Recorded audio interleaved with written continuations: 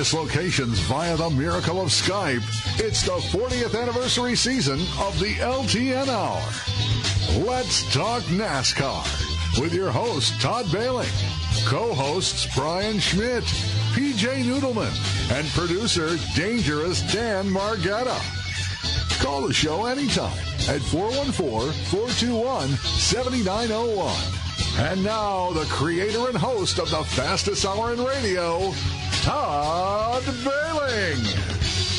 And we're off to the second round of the playoffs. Kansas City, here we come. A mile and a halfer. Oh, they're my favorites. They used to be cookie cutters, but now they're not anymore, I guess. Hello there. Welcome to the program. Glad you could join us. Todd Bailing in lovely Greendale, Wisconsin, joined by my three co-hosts, beginning with Brian Schmidt over in Oostburg, Wisconsin. Hi, Brian. Morning. Yeah, everybody used to groan when we said mile and a halves, and now mile and a halves are the preferred track for this type of race car. Yeah, that's not really what they had in mind when they built this race car. Well, and it turned out pretty darn good for it, actually. And celebrating her birthday today from Trempealeau, Wisconsin, our own PJ Noodleman. Hi, PJ. Hi there.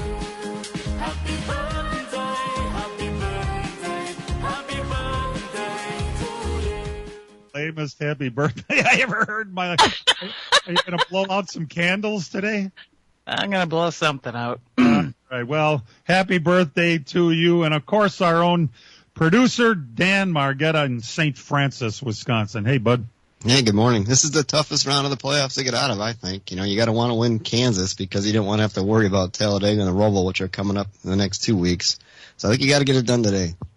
What a strange second round between the unknown that is with every Talladega race and a road course. Oh, my goodness. This is going to be, like Dan said, a very interesting second round. It will be televised on USA today, head-to-head with the Green Bay Packers. It's just great.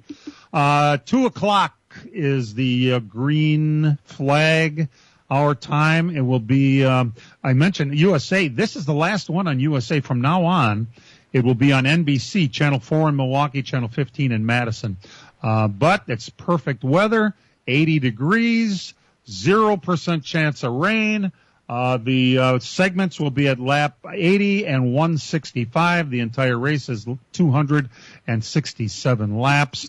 Your pole sitter, Christopher Bell. Third straight for Bell at this track. It sounds like maybe a Toyota day, huh? 179.336 miles per hour. He went around that place in a little over 30 seconds, 30.111, and his teammate Ty Gibbs will start on the outside of the front row. Let me make this easy for the rest of the gang here.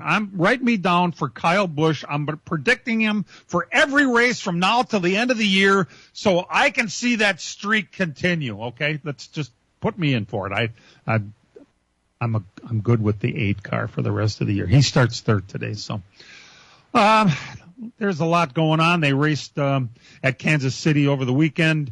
The trucks raced on Friday night. Corey Heim was your winner. Ty ran out of gas on the last lap. PJ, what exactly happened there? They tried to flip the script, if you will, to have a shot at winning. They didn't think they would be able to outrun Corey Heim, so they had to outsmart if they could. And that was why I heard Ty on the scanner basically said to Joe, he's like, let's try to shake it up. Let's do something different so we got a real shot. So they pitted, and they did put fuel in. It's just it was a little early for the pit window, and that was why they ended up running out. I don't know why that reporter on the TV said that Joe didn't put gas in. They did. They did put gas in. It was a little early for the cycle, and he had to save. Yeah, and as soon as he went out, we heard that they were 2 laps short, and he had to save gas, and I guess Joe Scheer was reminding him of that quite a bit, huh? Yeah, he really was. And it was just like listening to Ty and Toby, because Toby has said that to him countless times too, not necessarily to save fuel, but to slow down. You don't need to, lap the whole field. And Ty would always say, I'm only half throttle. And it was exactly what he was saying, basically, to Joe on the radio, too. So, well, I believe it. Calculations are kind of a crapshoot sometimes, aren't they? So they basically came in early, not that they didn't put fuel in. I can see where that reporter can get that sometimes because they actually have people that are supposed to go around and get reports and hand to the pit reporter to talk to. They actually wanted me to do that in the Milwaukee truck race, but I couldn't because I had to go to Slinger. So there could be miscommunication there. Whoever was doing that job probably didn't get the information correct. Right. Yeah, and I feel bad. I mean, it's not fair to throw Joe under the bus for that. That was not at all what happened. At least not for that. Yeah. Corey Heim was the fastest truck all day. It was no big surprise that he won the thing. And just the fact that Ty ran out of gas on the last, coming up with 2 laps to go, that was pretty incredible.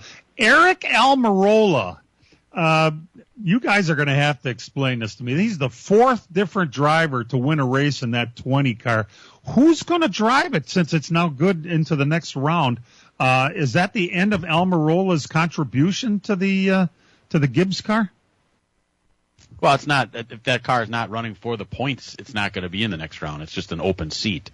So in the Xfinity Series, only the cars that are actually in the playoffs are going to be able to advance. So that's just it's like Lane Riggs winning in the Truck Series. Yeah, I mean the 20 might be in the owner's deal. He is. That's where the money is. Mm. So in other words, none of us really knows. Somebody could win a championship for Joe Gibbs in the Xfinity Series. So, by the way, that was a pissing contest there between Cole Custer and Chandler Smith late in the race. Did you guys watch that? That was spicy.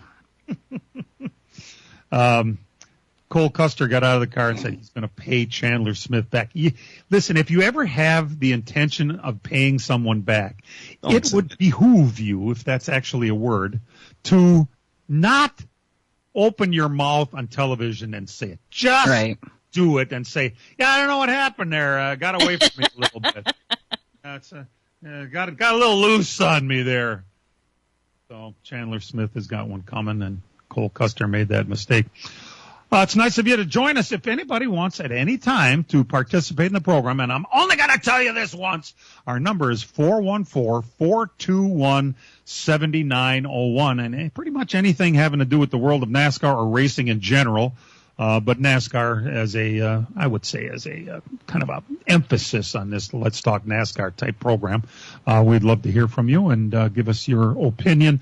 Going into that last round, the 2 99, 48, and 14 cars are the ones that right now are outside the window, but my goodness, is it tight.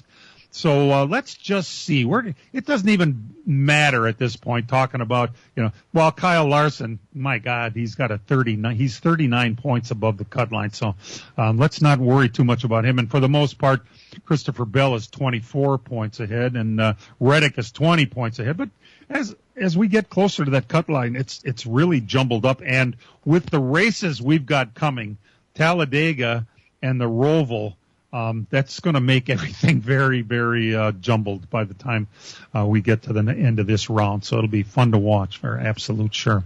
Yeah, I think you want to get a good run today, just because you don't want to have to rely on a win or a really good finish at Talladega or the Roval, because it can be taken away from you so fast there. You can be running top 5 with 3 laps to go at Talladega and get swept up in a big one, and you're going to finish 30th. So I think a good points run today is going to go a long way in this round. I hate to blindside my team here, but I'm trying to remember, is SVG one of his final events? Is he going to race at the Roval?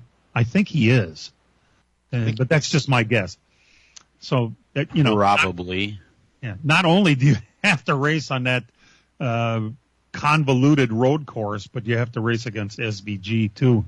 Probably is my guess. So there's going to be that to deal with. We're very happy you joined us today, celebrating PJ's birthday. I don't know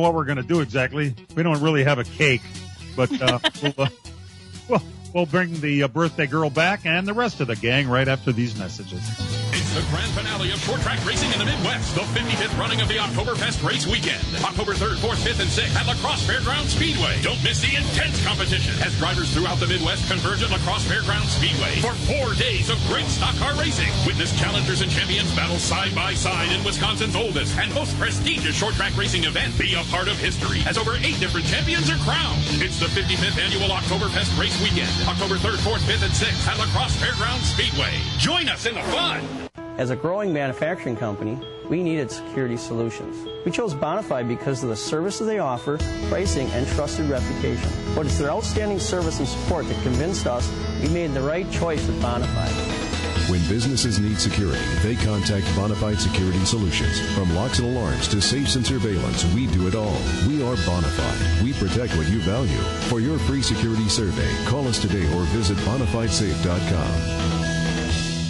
Fall has arrived, but there's still time to get your landscaping complete before the snow flies. And PMF Landscape Supply in West Bend has everything you need with fresh mulch arriving daily. From premium hardwood mulch to hemlock and pine bark to EnviroMulch in red, gold, chocolate brown, and black colors. PMF also has a large variety of decorative stone and granite, as well as field stone, topsoil, and compost. For all your landscaping needs, visit PMF Landscape Supply, 5470 River Road in West Bend. Call 262-338-8800 or visit pmflandscape.com. Friends of racing for many years. PMF Landscape Supply in West Bend. Brian Radke here from Sunday Night Football on Westwood One. This week it's an AFC primetime matchup from Baltimore when the Ravens host Josh Allen and the Bills. Buffalo is off to a 3-0 start, but Lamar Jackson and Baltimore are coming off a big win at the Cowboys and looking to prove they're better than their 1-2 record.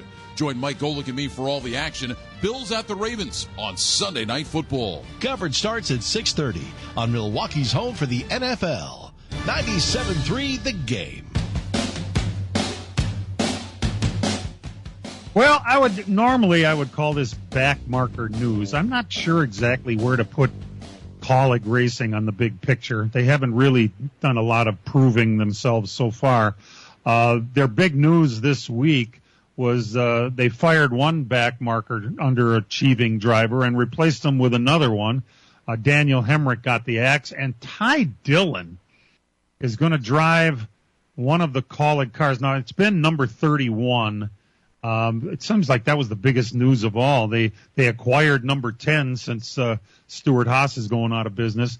And it's going to be number 10 Ty Dillon next year. It probably, and Dan, I'm guessing it has something to do with the alliance with Richard Childress Racing. Yeah, probably. I mean, they're going to have an alliance with Childress, and it actually matches up with their Xfinity cars. You know, they have the 10, 11, and the 16, I think, in the Xfinity and the 97. So I mean, the 16 and the Cup side now with the 10 to go with it will kind of keep it even that way. But I think the big thing here, opening up the 31, people are kind of talking that opens the 31 back up for Childress to usually need it in the future if they want to run another car there. You know, he had that number for a long time before it went over to Kaulig. He did, and boy, when you say stuff like that, it makes me immediately think of which charters might they possibly have, because if you put that 31 car back with a charter, there's only one left. We had 3 charters that became available. One from the Stuart Haas breakup, one went to Front Row, and one is going to Trackhouse. But there's going to be 3 different teams fighting it out, I guess, bidding against, is it going to be Kaulig? Is it going to be 2311? Is it going to be Roush freaking Keselowski Racing? One of them is going to end up with that charter. Is it going to be a bidding war? That would tick NASCAR off because they don't get a piece of that. Yeah, well, maybe that's why they created 4 new charters for themselves. Right? It was always 36 charters. Well, in the new agreement, we're going to have 4 for ourselves. Really? What do you plan to do with them? Well, if we can sell them for $20 million apiece, I can tell you what they're going to do. I think they were always there in the background, reserved for should a new manufacturer come in. There was talk what Hyundai was going to come in a while ago, or Honda or something like that. If they're going to bring another manufacturer in, I think they had 4 charters just so they wouldn't have to start completely from scratch. Is that really going to happen, though? Right, and I think that's why in the new agreement, I think it may be, modified to say for a new manufacturer, or, if they want to do something with it. I'm not sure how that. I mean, other than just selling them, which NASCAR didn't sell charters to start with. They were assigned, right? Right. So, look at how much their value went up. Now the new agreement is pretty much done. I mean, there's only 2 teams that haven't signed it yet. Ironically, it's the 2 teams that have the charters are trying to get the charters from Stewart-Haas. I mean, Front Row already said they got one. 2311 hasn't announced they had one. Everybody thought they got one from them. That would have been where Riley Herbst would have gone, correct? That's what the rumor was, that it was pretty much almost a done deal. And, of course, Roush said Ryan Preece, if they get it, Ryan Preece is going to go over and take the sponsor with him off the 47 car. But, boy, oh, boy. This is NASCAR doesn't want all this bidding going on when they're not getting a piece of the action. Mm-hmm. So they create 4 new charters, but since they didn't sell them in the first place, what's the end game? I'm not real sure. I think they're going to assign them like they did the first 36. Does that make sense? They could. I mean, they could pretty much do what they want, remember? I was going to say that. Yeah, if they're in charge, they can do whatever they want. I'm not understanding it myself, but, NASCAR doesn't do things so that we understand them necessarily. It's just the way it works. Conventional wisdom, what everybody thinks is going to happen, and what if you put all the rumors together and you kind of pile what looks like might be the case that the strongest case to happen is Front Row gets one of the Stewart charters for their 3rd car, or would be like maybe 36, and that's the one I think Gregson's going to drive. I don't know, Zane Smith I think is the lead runner for that one. 2311 would have that 3rd car with Riley Herbst if they got the other charter from Stewart-Haas. Trackhouse has the other one, which they already announced for Shane Van Gisbergen in the 88. Roush is out there with that 3rd car. They may lease the 15 from Rick Ware Racing. That's what everybody thinks is going to happen there, too. So that's kind of where everything sits right now. Another Childress car would kind of throw a completely something else in the loop, and that would really open up a bidding war. The 3rd Childress car with this 31 is just everybody saying because they got the number available now. I haven't seen anything really solid they're going to have another car there yet.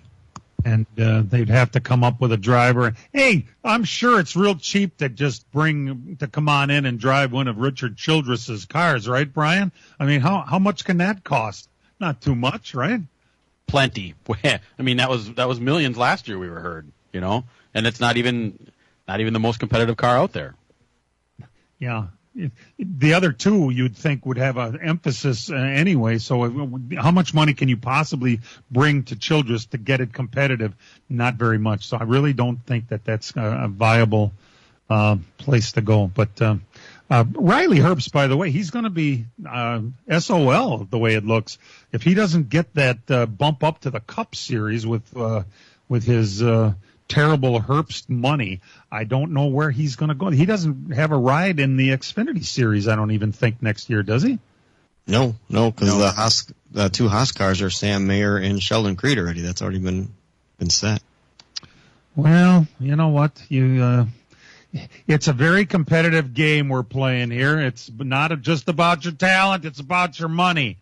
And it's that way. It's an expensive sport. What did they say? It used to be, remember the major sponsors were 18 million to 20 million per year per car, and now that's just the operating expense for a car. They're not making any money with an $18 million sponsor. They don't have enough money to pay all their employees and build cars and all that stuff. So you need much more than 18 total, which is part of the reason you can't, go with one sponsor anymore. You'll have a sponsor that's good for, say, 10 to 12 races, and then they got to go out and find another, 30, upwards of 30 sponsors a year, races, cover races. That's what it is. Not really 30 sponsors. And, they used to have car sponsors that would take that full season and go sell off other races to kind of make some of the money back.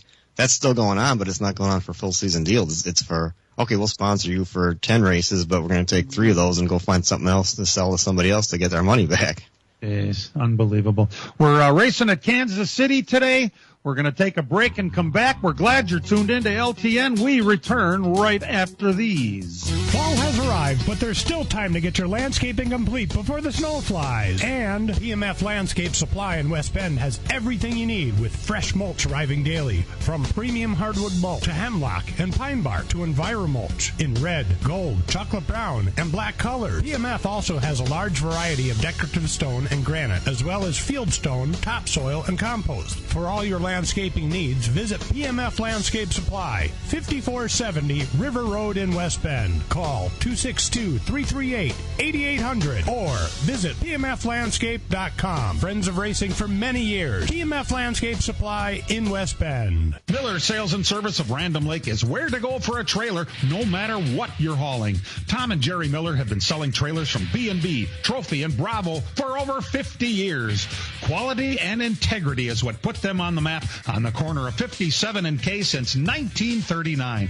Home of the number 89 dirt and asphalt cars of Brad Miller. That's Miller Sales and Service. It's where to go for a trailer just 20 minutes north of Milwaukee. Call them 920-994-4358. The checkered flag is waved over the racing season at the Fair Park in Plymouth. Congratulations to the champions, Brad Miller, Will Source, Travis Schmidt, and Ben Schmidt. Plymouth Dirt Track Racing thanks all the drivers and pit crews for their ongoing dedication. The loyal, dedicated track workers are the best at what they do every week. A big thank you also to the many businesses for their sponsorships, and of course the fans who make it all possible. The green flag will wave for another season next spring. We'll see you there.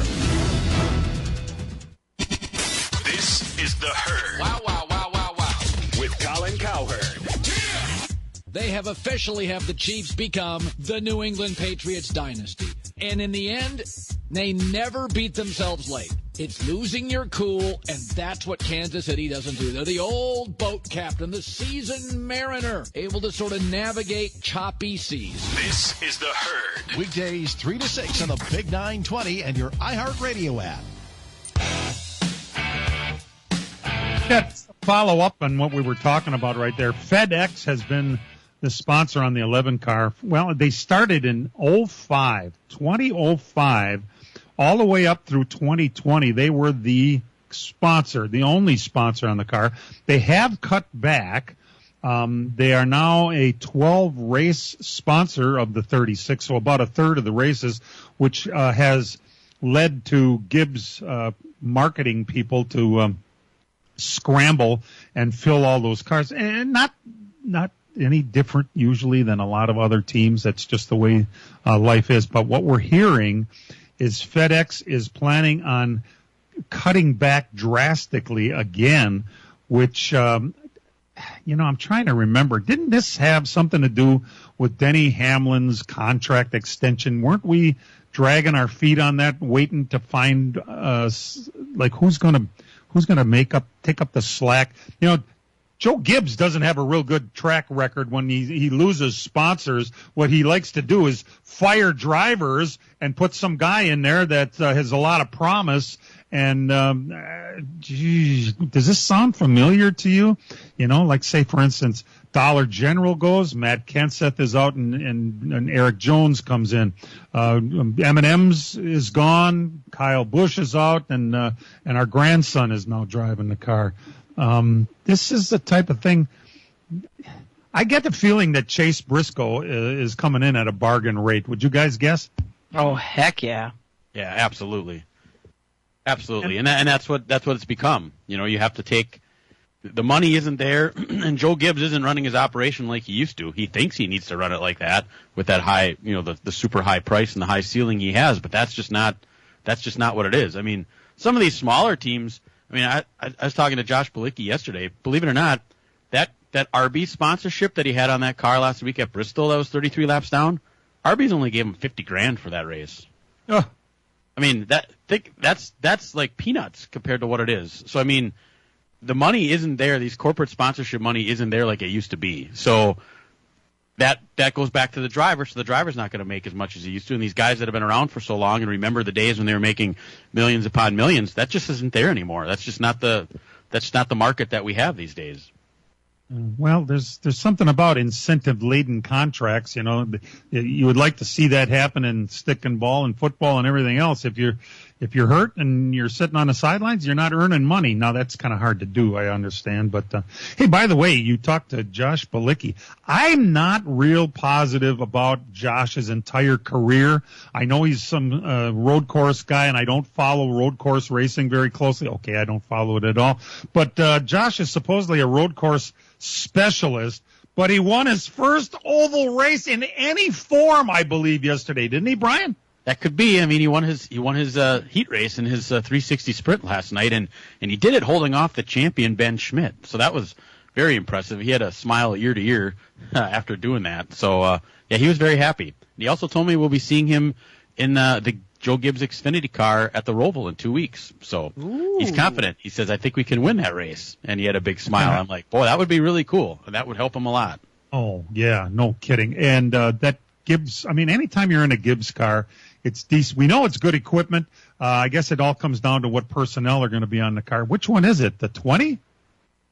He didn't say what number it was. I mean, I believe he drove the 19 when he was at Portland. So I'm assuming it's going to be that same group that he was with at Portland.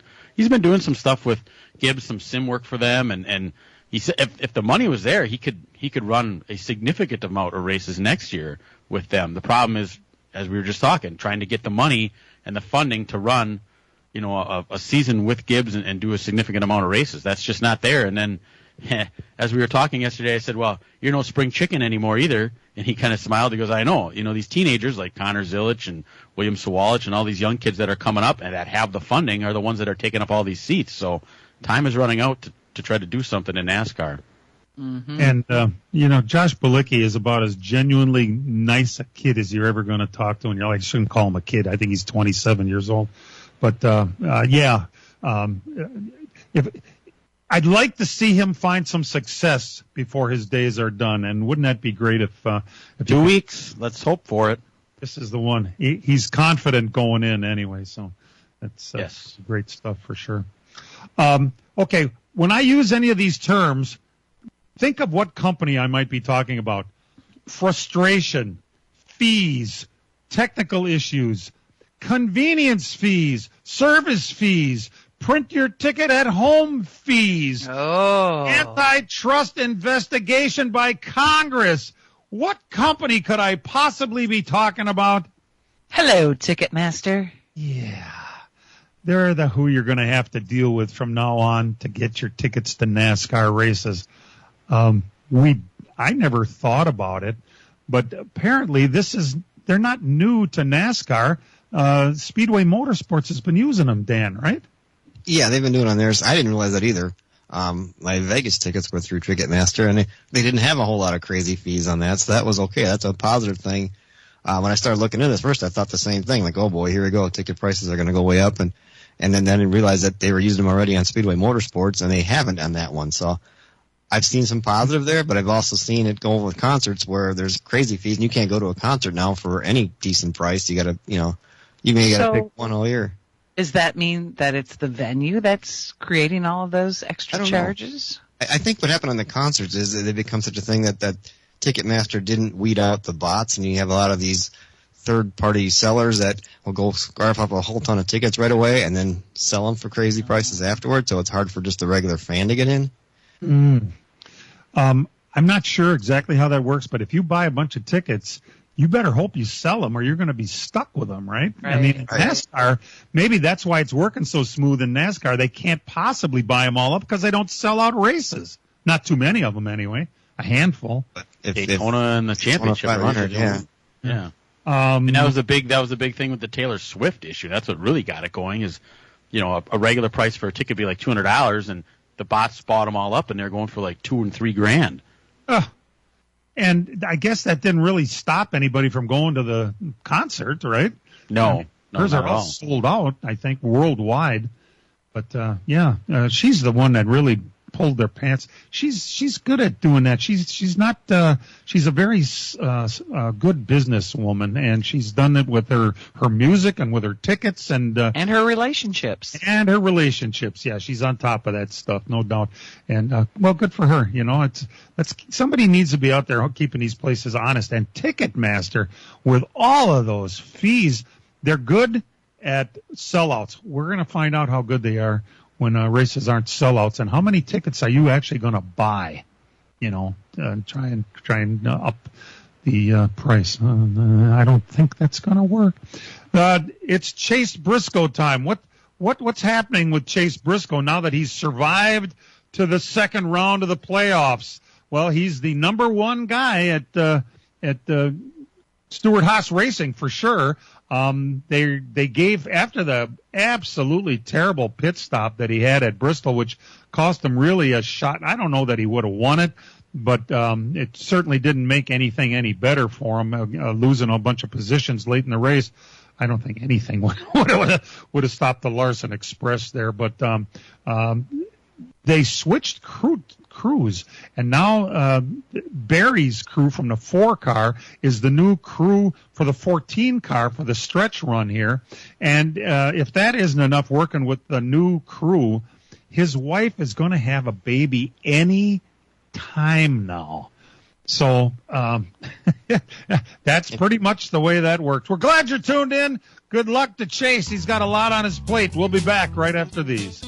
As a growing manufacturing company, we needed security solutions. We chose Bonafide because of the services they offer, pricing, and trusted reputation. But it's their outstanding service and support that convinced us we made the right choice with Bonafide. When businesses need security, they contact Bonafide Security Solutions. From locks and alarms to safes and surveillance, we do it all. We are Bonafide. We protect what you value. For your free security survey, call us today or visit bonafidesafe.com. Fall has arrived, but there's still time to get your landscaping complete before the snow flies. And PMF Landscape Supply in West Bend has everything you need with fresh mulch arriving daily. From premium hardwood mulch to hemlock and pine bark to EnviroMulch in red, gold, chocolate brown, and black colors. PMF also has a large variety of decorative stone and granite, as well as field stone, topsoil, and compost. For all your landscaping needs, visit PMF Landscape Supply, 5470 River Road in West Bend. Call 262-338-8800 or visit pmflandscape.com. Friends of racing for many years. PMF Landscape Supply in West Bend. Miller Sales and Service of Random Lake is where to go for a trailer, no matter what you're hauling. Tom and Jerry Miller have been selling trailers from B&B, Trophy, and Bravo for over 50 years. Quality and integrity is what put them on the map on the corner of 57 and K since 1939. Home of the number 89 dirt and asphalt cars of Brad Miller. That's Miller Sales and Service. It's where to go for a trailer, just 20 minutes north of Milwaukee. Call them 920-994-4358. Love it. Embrace it. Right now. The Dan Patrick Show. Dan Patrick. Marvin said that he had sound of Andy Dalton, or he had sound from Sam Darnold, and I think you mixed them up. Yeah, I definitely did. Opportunity to be out there. That sounded Andy Dalton to me. Play the other one. I think like I said last week, It's sort of like we did last week. He's from San Diego. Yeah. The Dan Patrick Show. Dan and the Danettes and you. Weekday mornings 8 to 11 on the Big 920 in your iHeartRadio app. Welcome back to LTN. Thanks for joining us here on the Big 920. Okay, so all week long, there has been a lot of talk around NASCAR. NASCAR is supposedly puzzled by what happened at Bristol last week with the Goodyear tires. Supposedly, it was the exact same tire. Goodyear has said the same thing anytime anyone has asked them about it. They had the exact same tire as they had at the first Bristol race, and the difference in the two races was absolutely stunning. We had lead change after lead change in the first one. This one, it was a out-and-out spanking by the 5 car. Not that the 5 car is not capable of that, but, it's amazing. It seems like that's our story, and we're sticking to it. It's the same tire. No, it wasn't. And that's what one of the drivers in the race last week, Joshua, was talking to yesterday. We're talking about it, and he says it was not the same tire. He said it wasn't, and everybody around him said it wasn't the same tire. So I said, well, why are they doing that? He goes, beats me, but he wasn't sure. It sure wasn't the same tire. And he said that's kind of why he took that race in that underfunded car, was because of what he saw in the spring with the tire fall off and the ability to have a lot of moving around. He goes and then he gets in that car, which is extremely underfunded, and ends up 33 laps down. He had a power steering issue, but there was no tire fall off, and everybody's running wide open the whole race. And when you're in a car that is that far behind everybody else's, you get what you get. And that was not at all what he was expecting. So he says, no, that wasn't the same tire. And that's what everybody said there as well. It's not. So why NASCAR is doing this? I don't know. To point the blame at Goodyear, I guess. That's what it is. Why are they protecting Goodyear? I don't get it. I don't either. The whole thing doesn't make any sense. It was warmer. All the pieces of the puzzle. I don't know. I don't know. And that car is just such a struggle on the short tracks, and they won't change some of the specifics of the car to try to get us better racing on the short tracks. Then you're stuck with this, and you're going to put it all on Goodyear's shoulders to try to make it a competitive race. Well, that's not what this is about. There have been many suggestions of things to do to change the way the short track package is set up. There would have, first thing, it sounds too easy, but why don't we increase the horsepower? Everybody says the same thing. But if that race made that big of a difference, if they're just on one tire, having a different compound and lying to us about it, that just doesn't make any sense to me. But what are some of the other things they could do? I guess the underbody aerodynamics. How can that make a difference on short tracks? I heard that as being one of the possible things you can do. That carbon floor from front to back, narrower tire. Yeah, kind of go back to what we had with the Xfinity car. I mean, they have the tire compound option that we're going to have at Martinsville and possibly at Phoenix. That may do it. I don't know if that would have made a big difference at Bristol, if you would have had a two different tire compound situation there where you could run a softer tire. But then again, if you're going to do that, NASCAR has to open that up where it's just whatever you want to do it, you do it. You switch between the compounds. Remember they had some rules or regulations on it when they ran it at Richmond, and it didn't really, or at North Wilkesboro, and it didn't really amount to much. So, I think they didn't let you do it at whenever you wanted. You had to do it at certain times like that. Yeah. They should open it up. Just want to do it, give it a shot. Like IndyCar does. IndyCar has the two different compounds. All they say is you have to run them both. Same with Formula One. You have to run them both at some point in the race and let the teams figure it out. But I don't know.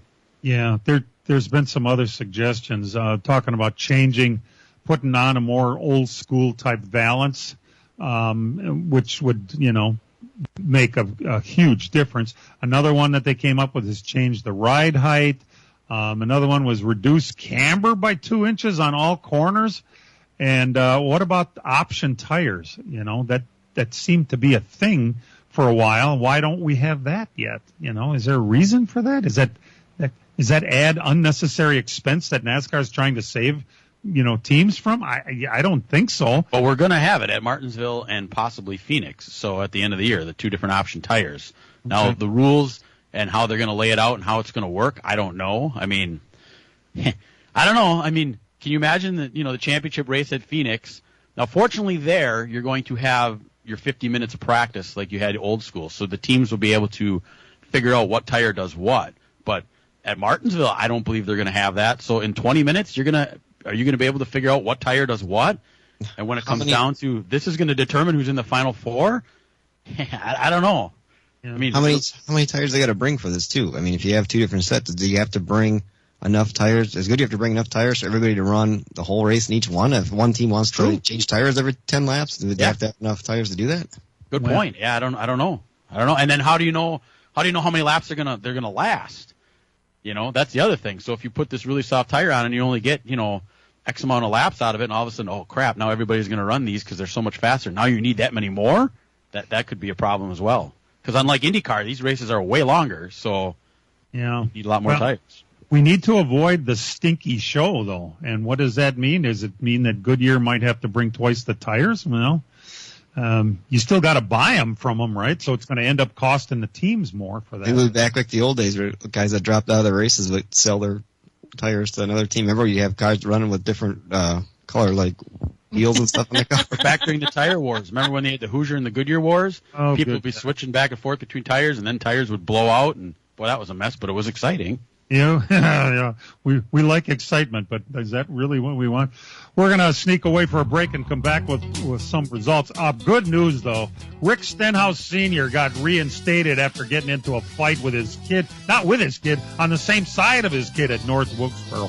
Well, thank goodness, because I was worried about the old man. Okay, I wasn't. We'll be right back. Fall has arrived, but there's still time to get your landscaping complete before the snow flies. And PMF Landscape Supply in West Bend has everything you need with fresh mulch arriving daily. From premium hardwood mulch to hemlock and pine bark to EnviroMulch in red, gold, chocolate brown, and black colors. PMF also has a large variety of decorative stone and granite, as well as field stone, topsoil, and compost. For all your landscaping needs, visit PMF Landscape Supply, 5470 River Road in West Bend. Call 262-338-8800 or visit pmflandscape.com. Friends of racing for many years. PMF Landscape Supply in West Bend. The checkered flag is waved over the racing season at the Fair Park in Plymouth. Congratulations to the champions, Brad Miller, Will Source, Travis Schmidt, and Ben Schmidt. Plymouth Dirt Track Racing thanks all the drivers and pit crews for their ongoing dedication. The loyal, dedicated track workers are the best at what they do every week. A big thank you also to the many businesses for their sponsorships, and of course the fans who make it all possible. The green flag will wave for another season next spring. We'll see you there. Miller Sales and Service of Random Lake is where to go for a trailer, no matter what you're hauling.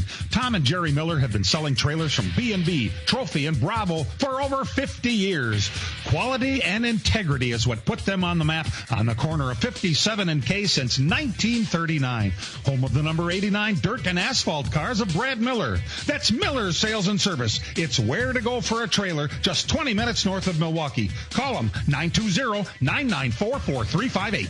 Sunday, two old rivals meet again. I don't like the Vikings. I don't like Wisconsin. Packers, Vikings. I hate the Vikings. Doug Russell has Packers Game Day live from Lambeau. Kickoff at noon on 97.3 The Game.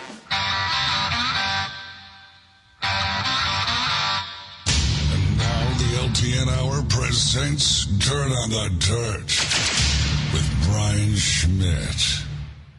The dirt track racing season in the state of Wisconsin is rapidly winding down, even though the weather is still absolutely beautiful. And the hurricane kind of put the cramps on a lot of races across the country, but they were able to sneak some in. We'll start Wednesday, Brownstown, Indiana. Castro Flow Racing Night in America, $20,000 a win for the Super Late Models. Hudson O'Neill grabbed the victory there. Thursday night, Francis Crick, the 141 Speedway, their 15th annual Creek Classic, night number 1. The Late Models were the headliner, $1,500 to win, and Taylor Scheffler grabbed the win up there. Speedway, Indiana, the dirt track at the Indianapolis Motor Speedway, the BC 39, night number 1 for the USAC Midgets. Chase McDermott was your winner. The USAC non-wing sprint cars were also there for like an exhibition type event on that little track. CJ Leary got the victory there. The hurricane rains came along and washed out the rest of that event until today. So they're going to try to finish up the BC 39 today. You can watch that on Flow. Also Thursday night up in Proctor, Minnesota, the Minnesota Late Model Silver 1000, which was rained out over Labor Day weekend. They were able to get it in Thursday night. Pat Dorr was your winner there. Friday night up at Francis Crick, the 141 Speedway, night number 2 of the 15th annual Creek Classic. For the IMCA Modifieds, Benji Lacrosse was your winner. The stock cars went to Luke Lemons, and the Grand Nationals was Ryan Minster. Fountain City, Wisconsin, the Mississippi Thunder Speedway, the Great Pumpkin Race. The IRA sprint cars were there for a makeup race that was rained out in early spring. Scott Boguski, one of the regulars at Knoxville, showed up and took the win. The USRA Modifieds, Jacob Bleese was your winner. Down in Greenwood, Louisiana, the Boot Hill Raceway for the World of Outlaw Case Construction Late Models, $15,000 to win. Ryan Gustin was your winner there. Last night at Plymouth, they had their season finale, the Wisconsin Sprint Car Championships. In the IRA Sprint Cars, your feature winner and 2024 champion is the Big Wheels, Scotty Thiel, good friend of mine. Boy, that was a lot of fun to see him do that. He had a point lead going in. He started on the front row. He won his heat. He won the dash. Kind of let Blake Nimme get out in front of him a little bit, and all of a sudden his competitor, Jake Blackhurst, had an issue and fell out of the race, and Scotty just took off and won the race. Nothing better than winning the championship by also winning the feature. So congratulations to him. Ben Schmidt did the same in the MSA 360 sprints. He won the championship and the feature. And in the wingless sprints, Johnny Fall was the feature winner, and the 2024 champion was Zach Radart. Francis Crick last night, the final night of the Creek Classic. 299 cars showed up at Francis Crick last night for their Creek Classic. In the modifieds, Tim Ward was your winner. The stock cars went to Benji Lacrosse, and the Grand Nationals was Taylor Ron. Night number 2 at Fountain City for the Great Pumpkin Race. The USRA Modifieds, Jacob Blease was your winner, and the USRA Limited Lights went to Derek Nelson. Up at Ashland, the ABC Raceway, the 49th Annual Red Clay Classic for the Wissota Late Models, Shane Sobrowski was your winner, and the Modifieds went to Clayton Wagaman. Vernon, New York, the Utica Rome Speedway for the Short Track Super Series Big Block Modifieds. Super Matt Shepard was your winner. Odessa, Missouri, the I-70 Speedway for the Power Eye Winged 410 Sprint. Brian Brown was your winner. And finally in Petty, Texas, the Rocket Raceway for the World of Outlaw Case Construction Late Models. Brian Shirley grabbed the win there. So that's a good night for Bob Cullen Racing because Bob Cullen's daughter is married to Scotty Thiel. So they win the championship at Plymouth, and then his late model wins down in Texas. So a good night for him. That is everything for the week. All right, on to the asphalt side of things. Last Sunday at Owasso Speedway up in Michigan, the CRA Nationals 150. Kyle Crump was your winner. Mike Litchfield ran that race. He was 13th. And Barrett Paul Hamas, who has worked with Casey Johnson over the years, he ended up finishing 26th with some issues. This last Friday at Arca, Kansas, Tanner Gray was your winner. Last night, the fall shootout at Marshfield, the super late models in action. Ty Fredrickson, the winner. Champion was Dylan Mackesy. Night of Champions at Five Flags Speedway down in Pensacola. Super late models were in action. Casey Roderick was your winner. Also your champion, which secures a spot in the Snowball Derby, but he'd probably qualify in anyway. Also in that race was Bubba Pollard. He dropped out, finished 20th. He doesn't like to hang around if he doesn't have a good car, does he? No, you can usually see him ducking into the pits if things aren't going his way. Stephen Nasse was 15th. At one point, Nasse and Roderick were really battling it out for the championship. Nasse only needed to finish 2 spots behind Roderick to secure the championship, and it was just became a slobber knocker with all kinds of chaos. I'm not gonna say what I want to say. But anyway, Cole Butcher ended up 14th because he was involved in a lot of the slobber knockers. Pro late models were also running. Jake Finch used his bumper to win that one. He was quite happy with that victory. And then Martinsville Speedway had the late model stock cars in action. Carson Quapple picking up the win, a $32,000 check, and a grandfather clock. Well done. Cha-ching! No kidding. And then as a reminder, deal, right? That Martinsville race, that was their big Valley 300. Yep, that's what it was. And then of course there's lots of somebody put out there that there was a quote from Dale Jr. on Twitter about Carson perhaps going to be doing more in the big leagues very soon. So we'll see. You get the feeling he's going to move up. Yeah, I get that feeling too. And then as a reminder to everybody, the 55th annual Oktoberfest race weekend starts at La Crosse Speedway this Thursday and runs through Sunday. Lots of great racing action, and the weather looks marvelous. Yeah, this global warming is kind of nice, isn't it? Yeah. We've had some pretty good weather around here. It wasn't so great out east where I was this week, but at least it's pretty nice around here. By the way, Jefferson Speedway, where they had some issues with the track coming apart, has been patched or repaved. I think it's patched. It would be kind of too big of a job to get it completely repaved in that time. But either way, their Wisconsin State Championship weekend has been rescheduled for October 10th through 12th. That's a week from this coming weekend.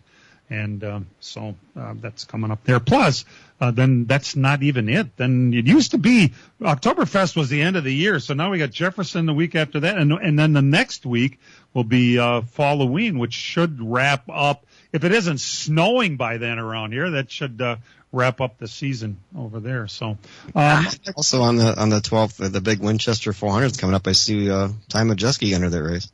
He is. Ty's going to be running that Michael Hine car, and Michael Hine's going to be running one of Majeski's cars at Oktoberfest. Oh, it's a nice. I would assume, therefore, that Toby is going to be down there with Ty. Correct. Okay. He was down there last year when they did that. Not one of his cars. It's a Michael Hine car. Yep. Right? Yep. Tobe plays well in the sandbox with just about everybody. He does.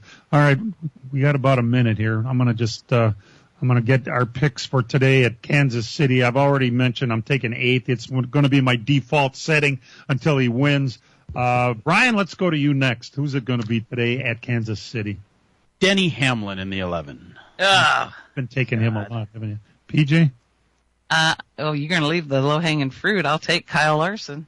There it is. All right. At least Dan is usually a very thoughtful guy, so let's see who's really going to win today. I'm going to go with the 45, Tyler Reddick. Although every time Brian picks Denny Hamlin, he wins. So he hasn't picked him in a while. I'll look out for that. But don't sleep on Joey Logano. I picked him for Bristol, and it didn't work out. All right. Don't sleep on Joey Logano either, though. I mean, the Fords run pretty good here, and Joey always seems to find a way here. But I'm going to go with the 45, Tyler Reddick. I realize picking a Childress car doesn't exactly do me any favors, but we'll be back with a special guest. Miller Sales and Service of Random Lake is where to go for a trailer no matter what you're hauling. Tom and Jerry Miller have been selling trailers from B&B, Trophy, and Bravo for over 50 years. Quality and integrity is what put them on the map on the corner of 57 and K since 1939. Home of the number 89 dirt and asphalt cars of Brad Miller. That's Miller Sales and Service. It's where to go for a trailer just 20 minutes north of Milwaukee. Call them 920-994-4358. As a growing manufacturing company, we needed security solutions. We chose Bonafide because of the services they offer, pricing, and trusted reputation. But it's their outstanding service and support that convinced us we made the right choice with Bonafide. When businesses need security, they contact Bonafide Security Solutions. From locks and alarms to safes and surveillance, we do it all. We are Bonafide. We protect what you value. For your free security survey, call us today or visit bonafidesafe.com. It's the grand finale of short track racing in the Midwest, the 55th running of the Oktoberfest race weekend. October 3rd, 4th, 5th, and 6th at La Crosse Fairgrounds Speedway. Don't miss the intense competition as drivers throughout the Midwest converge at La Crosse Fairgrounds Speedway for 4 days of great stock car racing. Witness challengers and champions battle side by side in Wisconsin's oldest and most prestigious short track racing event. Be a part of history as over 8 different champions are crowned. It's the 55th annual Oktoberfest race weekend, October 3rd, 4th, 5th, and 6th at La Crosse Fairgrounds Speedway. Join us in the fun.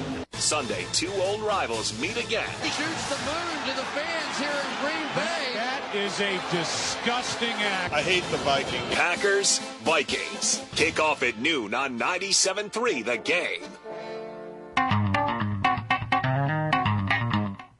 Oh, that's right. I forgot all about that. Our birthday girl today is a Vikings fan. Here I was going to say how great you were and all that, and now we'll wait on that one. We'll wait till after the game, and then we'll blow kisses, you know. Whatever. Joining us on the program right now, the young and successful promoter at La Crosse Speedway, Austin Wells, is on the phone with us. Austin, this is the first time you've been on with us, but you and I actually were at the same place back in the 90s when your dad was working at Madison. Yeah, that's a fact. I probably just didn't realize it, but yes, we were in the same place. My father was working at Madison way back when, and I obviously had to go to the track too, so always had to join in the fun. Fantastic. Austin, it's going to be a really big weekend, and the weather is looking phenomenal for the Oktoberfest race weekend. That is a fact. I'm knocking on wood right now. We don't want to jinx the weather, but yes, the forecast long-term for the next week looks fantastic. It's perfect racing conditions. It's perfect camping conditions. It's perfect everything that you want for Oktoberfest. It's exactly the way we want it, so hopefully it stays that way. And I know the campers start rolling in, tomorrow, right? Yeah, we might see a couple start staging in line tonight, but Camper Village officially opens at noon on Monday, so tomorrow. And there was some open practice on Saturday, yesterday, from 11 to 4. When is the next round of practice for race cars to get on the track? Yep, so the next opportunity for track time is going to be this Wednesday, October 2nd. The track will open at 2 o'clock, and practice will run about until 6:20. And then if you could just kind of hit some of the highlights of some of the bigger events that are going to be happening throughout the 4 days, in case people are making their plans if they can't get over there but just want to know when the big things are. Well, every day is a big event here at La Crosse Fairgrounds Speedway. So we have 4 days that was a super Chuck Deary line right there. Well, of course. So 4 days of super late model racing. Thursday we got the super late model nights, the super late model futures, double lacrosse late model features, lacrosse sportsmen, our local Hornets, our 6 shooters, and then double O race, which who doesn't love the double O? And Friday we got our Dick Trickle 99, and then 2 more lacrosse late model features. And then our area sportsman race which is paying $7,000 to win and $777 for second in memory of Rick Schimmerhorn. And then Saturday, we have the ARCA Midwest, or ASA Midwest Tour preliminary events, Big 8 late models, Mid-Am stock cars, Midwest Trucks, and Midwest Dash. Then Sunday, it's the Oktoberfest 200 for the ASA Midwest Tour, the Oktoberfest 602s, and then the vintage cars as well. Let's talk real quickly about Thursday night, because you mentioned you've got the Nights of Oktoberfest Super Late Models, and you also have the Futures feature for the Super Lates. What are the parameters for somebody to run in the Futures race? The parameters for sure, let me take a look here. I got to refresh myself on that. But I believe it's someone who has not won the Oktoberfest 200. There's an age limit. Let me take a look here. You're catching me off guard. Sorry, Austin. But it's kind of exciting because we do have a lot of young guns who are just chomping at the bit, and I think that it's going to be probably one of the best super late model Futures features at La Crosse for that very reason. That's a fact. So the exact parameters of that is it's open to anyone under the age of 30 that have never finished in the top 3 of the Midwest Tour ARCA, or the ASA Midwest Tour 200 lapper. And then pretty much that's the only parameter. And then everyone else, the Knights is open to all non-future eligible drivers. And then do you have a total of how many cars have already pre-entered, or do you not have that total right in front of you? So our registration team is wrapping up. They just got all the paperwork yesterday filled out, so we're working on that. We're hoping to have an entry list out tomorrow night for sure. So we're just working through all that paperwork right now. Okay. And then the apparel, you guys always have that available. Does it first go on sale on Thursday?